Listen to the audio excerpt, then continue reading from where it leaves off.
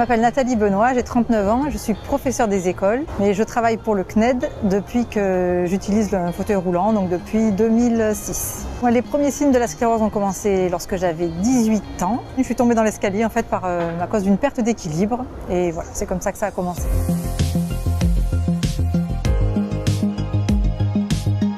Dans mon quotidien, c'est vrai que ça n'a pas vraiment changé grand-chose finalement parce que très vite, moi je ne suis pas du tout réfractaire aux adaptations et il y en a de nombreuses qui existent. Donc voilà, pour la voiture, j'ai tout de suite fait aménager mon véhicule. La maison, c'était pareil. Il y avait plein de petits ustensiles et de petits crochets, de petites pinces qui existent. Donc finalement, je ne peux pas dire que ça a changé mon quotidien. Je vis toujours aussi bien.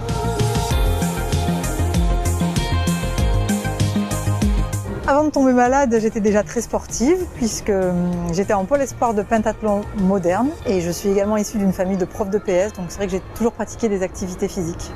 Au moment des premiers signes, j'étais à la faculté des sciences du sport, donc je pratiquais toujours une activité physique, mais je n'étais plus en club parce que mon médecin m'avait demandé d'arrêter le sport parce que c'était fatigant et que la sclérose était une maladie fatigante. Cet arrêt du sport a eu quand même des effets un peu négatifs, surtout sur mon moral, parce qu'étant très sportive, c'est une passion et donc arrêter une passion c'est toujours difficile. Donc j'ai quand même très vite refait du sport parce que j'aime ça et je me suis dit de toute façon on verra bien ce qui va se passer et je ne regrette pas car je n'ai eu que des effets bénéfiques après cette reprise.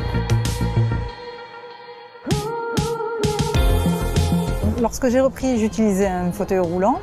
Donc j'ai un petit peu cherché quelle discipline je pouvais pratiquer et en allant au salon autonomique, j'ai vu une démonstration de basket. Bon, je trouvais ce sport assez amusant, c'était un sport collectif déjà. Bon, il y avait des chutes, des contacts, ça me plaisait donc j'ai commencé par cette activité. Et très vite j'ai eu envie par contre de sortir de mon fauteuil roulant mais pour aller ailleurs que dans un autre fauteuil roulant. J'aime beaucoup les sports d'extérieur, les sports d'eau, les sports qui demandent de l'effort mais en même temps des sports techniques et donc en fait l'aviron c'est un sport que je regardais très régulièrement surtout lors des Jeux Olympiques.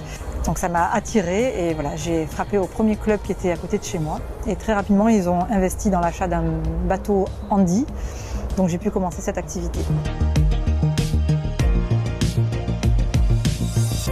J'ai commencé à faire quelques entraînements par semaine et très vite je me suis laissée prendre au jeu de la compétition comme je le faisais avant. J'ai été repérée par l'équipe de France qui m'a contactée. J'ai commencé à faire des stages. Et voilà, petit à petit, comme ça, la machine s'est lancée et j'ai continué comme ça les entraînements intensifs pour pouvoir finalement participer à 3 championnats du monde et même 4, plus les Jeux paralympiques de Londres, donc où j'ai été médaille d'argent en 2012.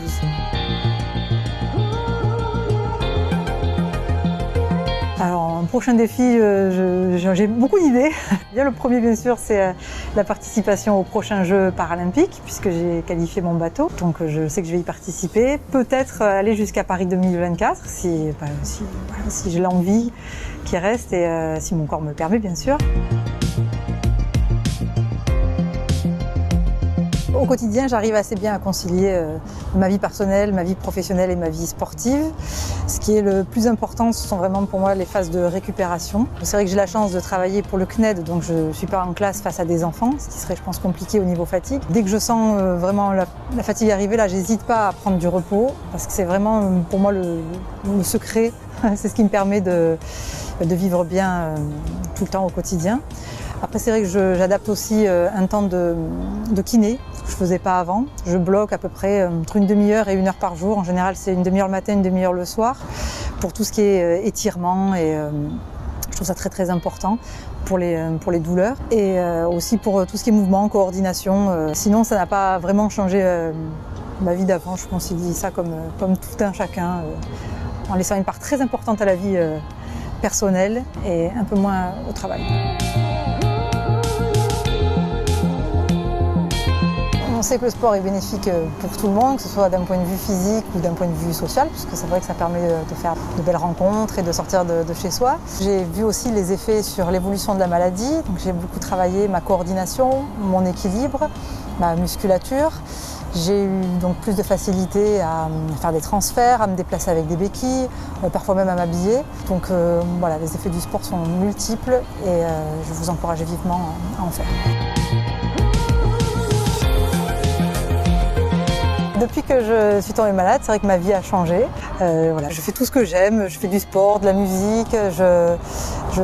Aucun de mes rêves ne se retrouve limité par ça. Et voilà, j'ai toujours une vie aussi belle. Donc en fait, j'encourage tout le monde, malgré l'adversité et les problèmes qu'on peut rencontrer quand même au quotidien, parce qu'il faut dire qu'il y en a, à croire en ce qu'ils font, à avoir des rêves surtout, et à tout mettre en œuvre pour les réaliser, parce que c'est possible la plupart du temps.